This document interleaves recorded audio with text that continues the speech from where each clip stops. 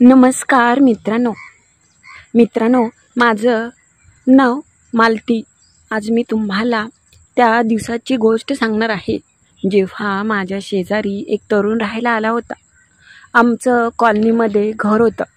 इथे खूपच नवीन आणि वेगळी लोक राहायची। त्याच्यातच माझ्या शेजारी एक रूम रिकामी होती। त्याच्यामध्ये एक तरुण राहण्यासाठी आला होता। सुरुवातीला माझी आणि त्याची ओळख नव्हती। हळूहळू तो मला बोलू लागला आणि काही कारणानिमित्त नेहमी घरी येत असायचा। त्याला काय हवं असलं की तो नेहमी घरामध्ये मागायला यायचा। एक दिवशी असंच रात्री खूप उशीर झाला होता। अचानक दरवाजा वाजला आणि तो माझ्या घरी काहीतरी घेण्यासाठी आला होता। म्हणून मी त्याला घरामध्ये घेतलं, पण तिथेच खरं वेगळंच घडलं। तो घरात आला, मात्र नंतर आमच्यामध्ये काय घडत गेलं तीच कथा आज मी तुम्हाला सांगणार आहे। पण त्याच्या आधी जर तुम्ही नवीन असाल आणि अजूनपर्यंत आपल्या ह्या चॅनलला लाईक सबस्क्राईब केलं नसेल तर आता लगेच करा। चला तर मग कथेला सुरुवात करूयात। नमस्कार मित्रांनो, माझं नाव मैथली। मी आता तिशीमधली बाई। मी एकटीच राहायचे। त्याला कारण पण होतं। आमचे हे सतत परगावी होते आणि आम्ही गावापासून लांब शहरात राहायचो। इथे मी एका दुकानामध्ये कामाला जायचे, मॉलमध्ये। शहरात असल्यामुळे इथून कोणाचं पडलेलं नव्हतं। मी एका कॉलनीमध्ये राहायचे। आजूबाजूला जास्त करून फॅमिलीसोबत राहणारे व्यक्ती होते। माझी कोणाशीच ओळख नव्हती। सगळ्याला माहिती होतं मी एकटी तरुणी राहायचे। एक दिवशी मला आठवतंय, मी रात्री कामावरून घरी गेले। संध्याकाळी 6 वाजता कामाला सुटून मी घरी जात होते। त्याच वेळेस बाजूच्या रूमचा दरवाजा कोणीतरी उघडलेला दिसला। मी म्हटलं की मालकाने उघडली असेल, कारण की तिथे कोणी राहत नव्हतं। मी रूममध्ये गेले, स्वयंपाक करत होते। स्वयंपाक झाल्यानंतर घराच्या बाहेर येऊन बसले तेव्हा एक तरुण बाहेरून काहीतरी त्याच्या वस्तू आणि बॅग घेऊन त्या रूममध्ये गेला। तेव्हा मला समजलं की इथे नवीन कोणतं तरी कुटुंब राहण्यासाठी आलं आहे। तो तरुणाने मला सुरुवातीला पाहिलं नाही। नंतर मी मात्र जेवण वगैरे झाल्यानंतर शेजारच्या 1-2 बायका आम्ही नेहमी बसायचो। त्याच वेळेस मला समजलं की शेजारी कोणतरी एक तरुण राहायला आला आहे। तो आमच्या भाडेकरू मालकाचा, म्हणजे त्या रूमच्या मालकांचा नातेवाईक आहे। त्यामुळे तो एकटा तरुण राहतो। नाहीतर असंही कोणी सिंगल राहायला नव्हतं। सगळे लग्न झालेले व्यक्तीच त्या ठिकाणी राहत होते। मी जास्त लक्ष दिलं नाही। सकाळी मी घरातून 9 वाजता कामाला जायचे आणि संध्याकाळी 6 पर्यंत येत असायचे। एक दिवशी संध्याकाळी 6 वाजता मी घरामध्ये किचनमध्ये असताना अचानक दरवाजा वाजला आणि कोणीतरी मला बाहेर बोलवत होतं। मी तशीच घराबाहेर आले। त्यावेळेस तो तरुण समोर उभा होता। तो मला म्हटला की मी इथे शेजारी राहतो, मला थोडीशी भांडं मिळेल का? मी म्हटलं कशाचं? त्यावेळेस तो म्हटला की मी स्वतः इथे जेवण बनवतो रूममध्ये आणि माझ्याकडे पातेलंच नाही होतं, ते पण खराब झालं आहे आणि आता रात्रीचं मी कुठे आणणार? मी घरून जास्त माझी भांडी आणली नाहीत। तो एकटाच करून खात होता। त्याने मागितल्यानंतर मी घरामध्ये गेले आणि दिलं। असंही तो अनोळखी होता, पण स्वतःहून मागायला आलाय म्हणून मी अगदी घाबरले नाही, त्याला दिलं आणि तो नंतर घराकडे निघून गेला होता। मी दुसऱ्या दिवशी त्याचीच वाट पाहत होते, मात्र स्वतःहून तो आला आणि म्हटला की हे धरा तुमचं नेलेलं भांडं, कारण की मी आज बाहेरून विकत आणलं आहे। मी म्हटलं की तुम्ही कोणत्या गावचे? आमची थोडीशी ओळख झाली आणि एकटेच राहता। त्यावेळेस तो म्हटला की हो, माझी बायको गरोदर आहे, त्यामुळे ती माहेरी गेली। काही महिन्यानंतर ती येईल इथे, पण तोपर्यंत मी इथे नोकरीसाठी आलो आहे। मला इथे काम मिळालं आहे आणि त्यामुळे काही दिवस मी इथेच राहणार आहे। त्यावेळेस मला समजलं की ह्याचं लग्न झालं आहे ते। त्यावेळेस मी म्हटलं की बरं ठीक आहे। तो म्हटला की काही लागलं तर मी तुम्हाला मागितलं तर राग नाही येणार ना? मी म्हटलं नाही, तुम्ही अगदी पाहिजे ते मागू शकता। असं म्हटल्यावर तो म्हटला बरं ठीक आहे। आमच्या घराच्या बाहेर नळ होता आणि सकाळचंच पाणी भरावं लागायचं। एक दिवशी नळाला पाणीच आलं नाही। मी तशीच कामाला गेले होते। हे त्याने बरोबर ओळखलं की नळाचं पाणी कोणीच भरलं नाही ते. त्यावेळेस घराच्या बाहेर एक पाण्याची टाकी होती. त्या तरुणाने मी येण्याआधी त्या दिवशी घराबाहेर असलेली ती पाण्याची टाकी अगदी भरून ठेवली होती. आल्यावर मी आश्चर्यचकित झाले. त्यावेळेस तोच म्हटला की तुम्ही घरी दिसला नाही, म्हणून मी विचार केला की कामाला गेला असाल आणि नंतर तर पाणी येणार नाही म्हणून भरून ठेवलं. मला खूपच बरं वाटलं की त्याने एवढं चांगलं काम केलं आहे ते. मला पण चांगला तो तरुण वाटला. रोज तो घरी यायचा. कधी काही ना काही तो मागतच असायचा. मी पण अगदी चांगल्या व्यक्ती म्हणून त्याला काही ना काही द्यायचे. पण त्या दिवशी मात्र संध्याकाळी निम्मी झाली होती.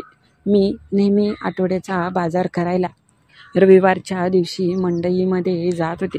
त्या दिवशी पण मी तशीच गेले होते. तेव्हा मला चांगलंच आठवत आहे.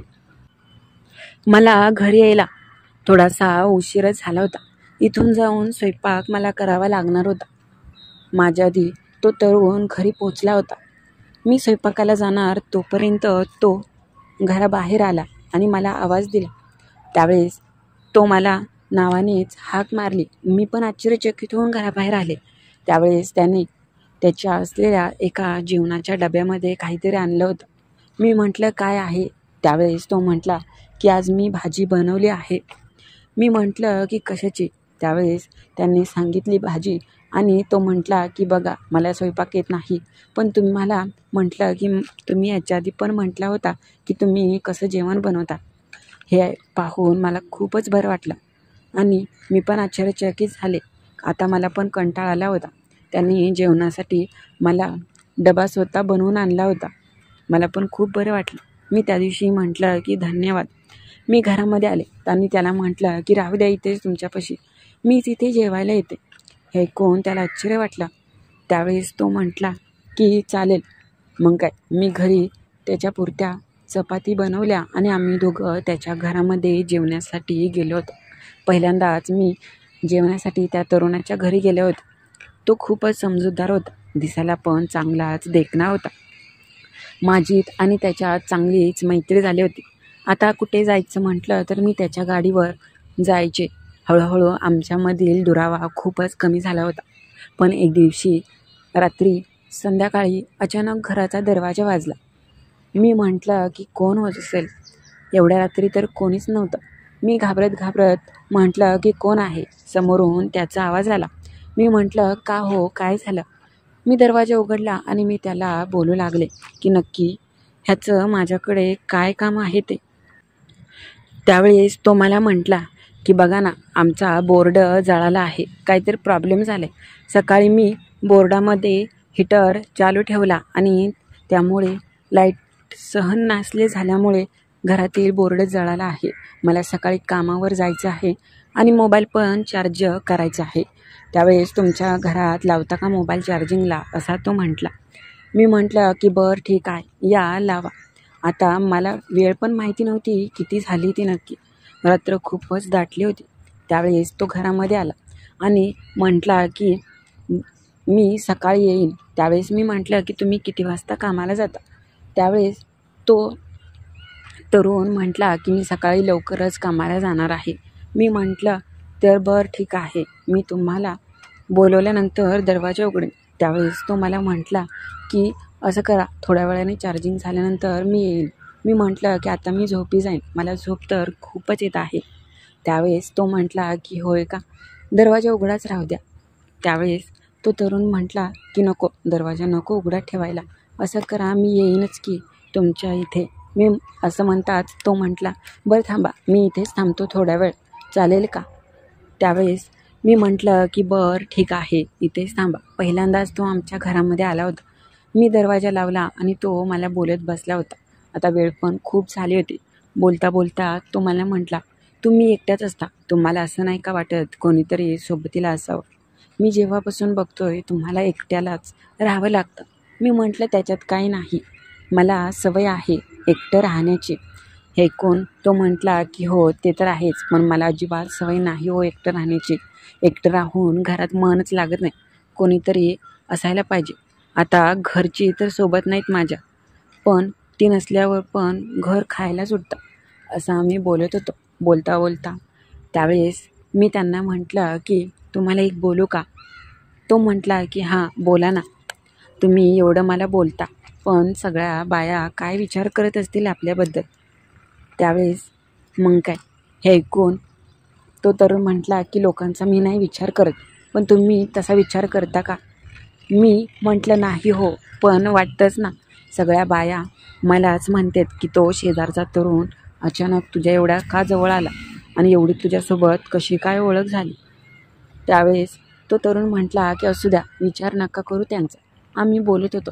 बोलता बोलता तो म्हटला तुम्ही खूपच सुंदर दिसता हो, मला राहवतच नाही तुम्हाला बोलल्याशिवाय. हे ऐकून मी पण आश्चर्यचकित झाले. त्याच्या मनात काय होतं ते मला आता समजलं होतं. इकडे रात्र तर चांगलीच काळोखात होती. तो तरुण काही ना काही बहाणे काढून नेहमी घराकडे यायचा आणि आज तर त्याने चक्क घरामध्येच आलाय. मी तर आश्चर्यचकित झाले. त्यावेळेस तो तरुण स्वतःच्या मनातली इच्छा बोलला आणि म्हटला की मला तुम्ही खूपच आवडता. तुम्हाला पाहिल्यावर काय माहीत, माझं मन खूपच आनंदी होतं. तुम्हाला होतं का तसं? त्यावेळेस मात्र मी म्हटलं की हो, मला पण तसंच होतं. अलगद त्याने माझ्या मनातील गोष्ट ओळखली. तो मला म्हटला की मला नाही राहवत, तुम्हाला असंच बोलत बसावं वाटतं. मी पण म्हटलं की माझी पण तशीच अवस्था होती.